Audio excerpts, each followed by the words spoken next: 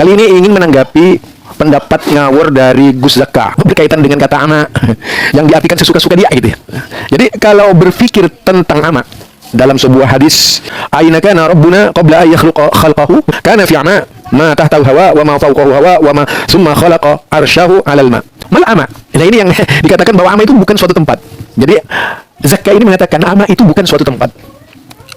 Padahal jika kita lihat fi kalamil Arab dari Abu Ubaid ini seorang ahli bahasa, ketika berbicara di dalam kitabnya Gharibul Hadis, beliau menyebutkan yang disebut dengan al-ama yaitu yang dikenal dengan as-sihabul abyad, awan putih.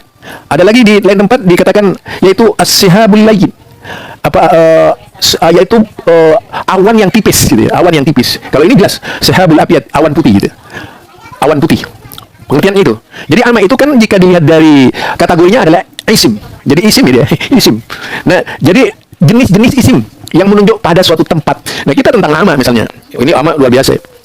Memang ama ini dari kata umyun ya. Kalau kita lihat tuh gelap buta tak melihat tuh kalau disandarkan kepada insan, kepada seseorang gitu ya. Kepada makhluk itu akan bermakna orang buta. Jadi umyun fahum la yarji'un. Jadi ama itu. Atau tidak melihat, tidak kelihatan. Artinya ini lebih pada sebuah benda. Benda yang tidak bisa melihat karena sebab segala sesuatu. Artinya benda yang tentu saja yang tak berfungsi ya. Benda yaitu partikel yang tidak bisa terpantau. Itu ama. Kemudian itu kalau melihat dari sisi bahasanya.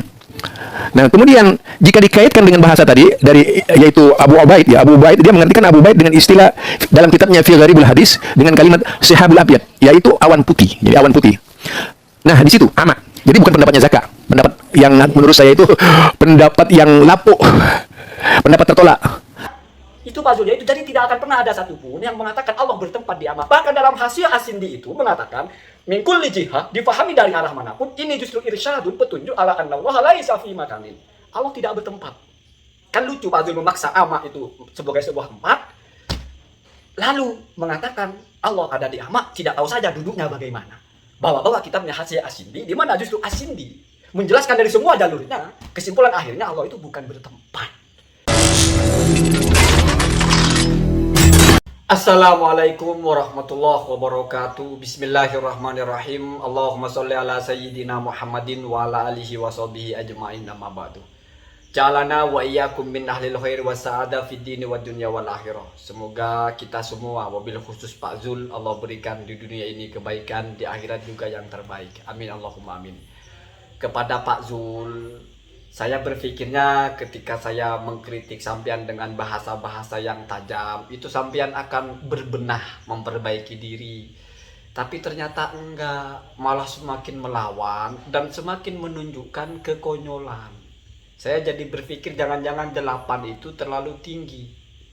Apa bisa jadi 5? Saya tidak terlalu fokus kepada cara baca harkatnya, tapi cara pemahamannya.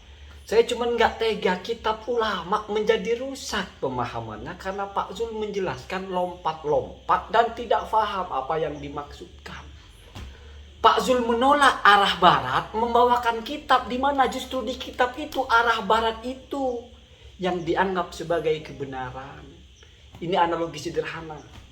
Apa yang saya sampaikan itu sesuai dengan apa yang ada di kitab yang sampean baca itu, Hasyiatul As-Sindi. Saya akan ulas ini dengan bahasa yang easy listening, enak didengar. Saya tidak mau terlalu rumit-rumit. Nanti kalau memang ada yang berani ngajak saya live tentang konten ini, baru saya akan siapkan kitabnya, lengkap dengan screenshotnya. Kalau sekarang enggak, cuma untuk nanggapi Pak Zul atau untuk menunjukkan kebingungan Pak Zul saja.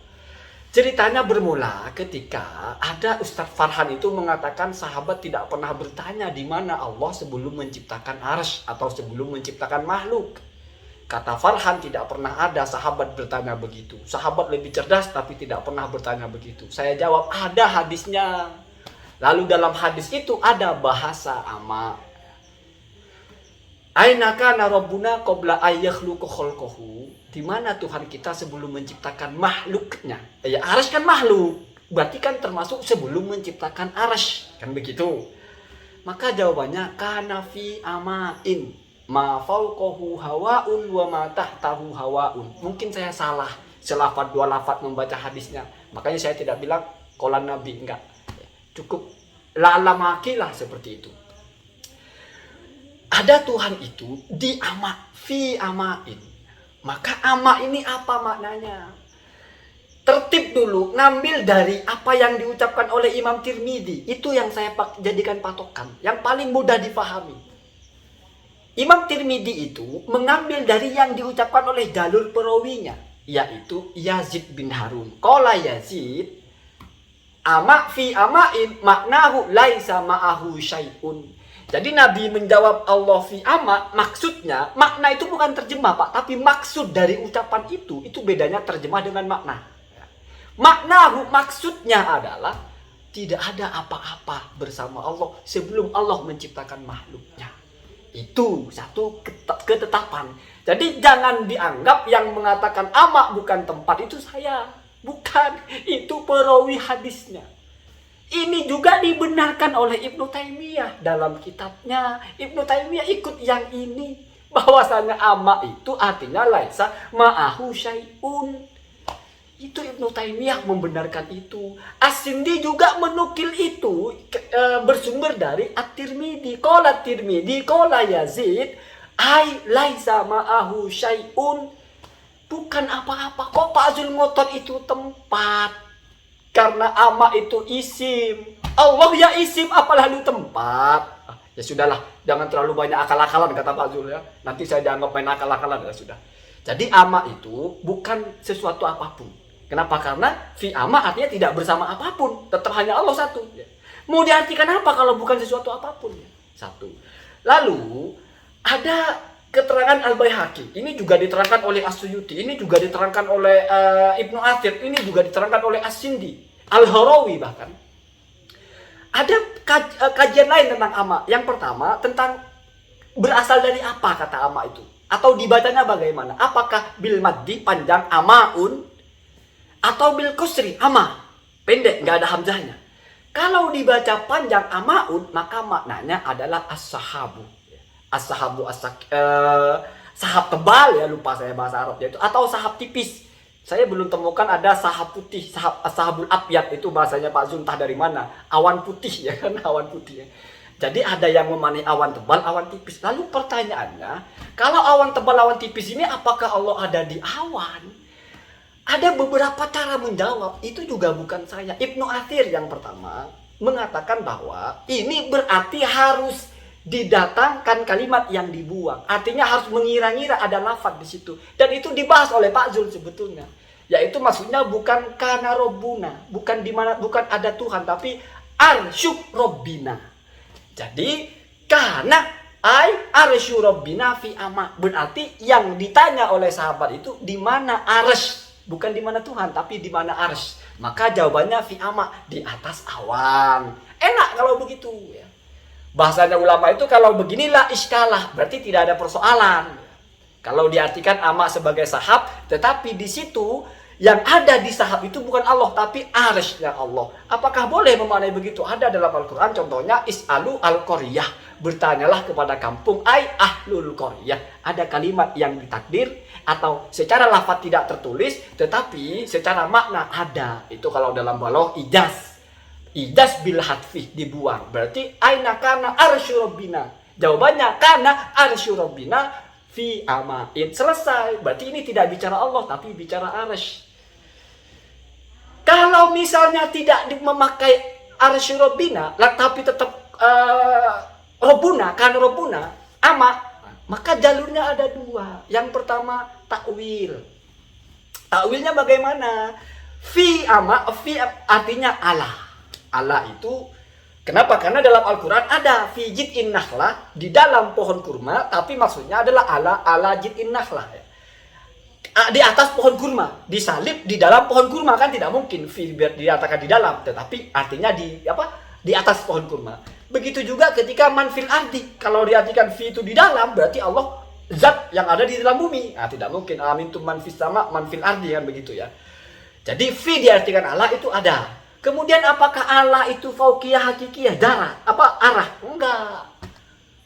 Allah di situ bimakna istaula. Berarti Allah istaula amaan atau sahaban. Allah istaula sahaban, bahkan itu ya, fauqahu hawa'u itu, ma fauqahu hawa'un itu artinya bukan tidak ada, tapi di atasnya, sesuatu yang di atasnya adalah hawa, sesuatu yang di bawahnya adalah hawa. Jadi itu semua dikuasai oleh Allah. Istaula ala sahabi wa ma yata'allaqu bihi. Begitu ya. Jadi jelas. Kalau mau diartikan awan, maka ditakwil. Kalau enggak, maka ditafwid. Tafwid itu bagaimana? Maksudnya tidak ada yang tahu bagaimana maksudnya. Nu'minu kama ata, kita iman sebagaimana datang. Wala nakumu bitahdidihi, kita tidak membatasi. Wa na'ti, dan tidak mensifati. Bagaimana kita tidak tahu. Kalau Pak Zul kan ya, kita cuma tidak tahu bagaimana duduknya di amak. Jadi Pak Zul itu akidahnya nambah lagi. Allah duduk di amak, cuma tidak tahu. Sekarang di aris, dulu di amak. Kemudian kalau misalnya ini sudah selesai, ya ini yang paling rumit kan. Kalau nggak tafwid, takwil, kalau nggak digunakan bahasa arsyurobina. Ada yang terakhir, yaitu ama dibaca maksur. Artinya ama itu buta kalau dalam bahasa kita. Bukan sesuatu yang tidak terlihat Pak Zul, tapi sesuatu yang tidak ada. Itu baca dalam Al-Baihaqi. Sayun ghairu sabit, sesuatu yang tidak ada. Makanya ini sinkron dengan tafsirannya Yazid bin Harun itu bahwa laisa ma'ahu syai'un, karena ama artinya kalau dalam bahasa kita buta itu artinya tidak ada ya. Tidak ada. Jadi kan klop ya, klop diartikan tidak ada secara bahasa, dibacanya maksur, ama bukan ama. Itu Pak Zul ya, itu jadi tidak akan pernah ada satupun yang mengatakan Allah bertempat di ama. Bahkan dalam hasil Asindi itu mengatakan min kulli jihah, difahami dari arah manapun, ini justru irsyadun, petunjuk ala annallaha laisa fi makanin. Allah tidak bertempat. Kan lucu Pak Zul memaksa ama itu sebagai sebuah tempat, lalu mengatakan Allah ada di ama, tidak tahu saja duduknya bagaimana. Bawa-bawa kitabnya hasil Asindi, di mana justru Asindi menjelaskan dari semua jalurnya, kesimpulan akhirnya Allah itu bukan bertempat.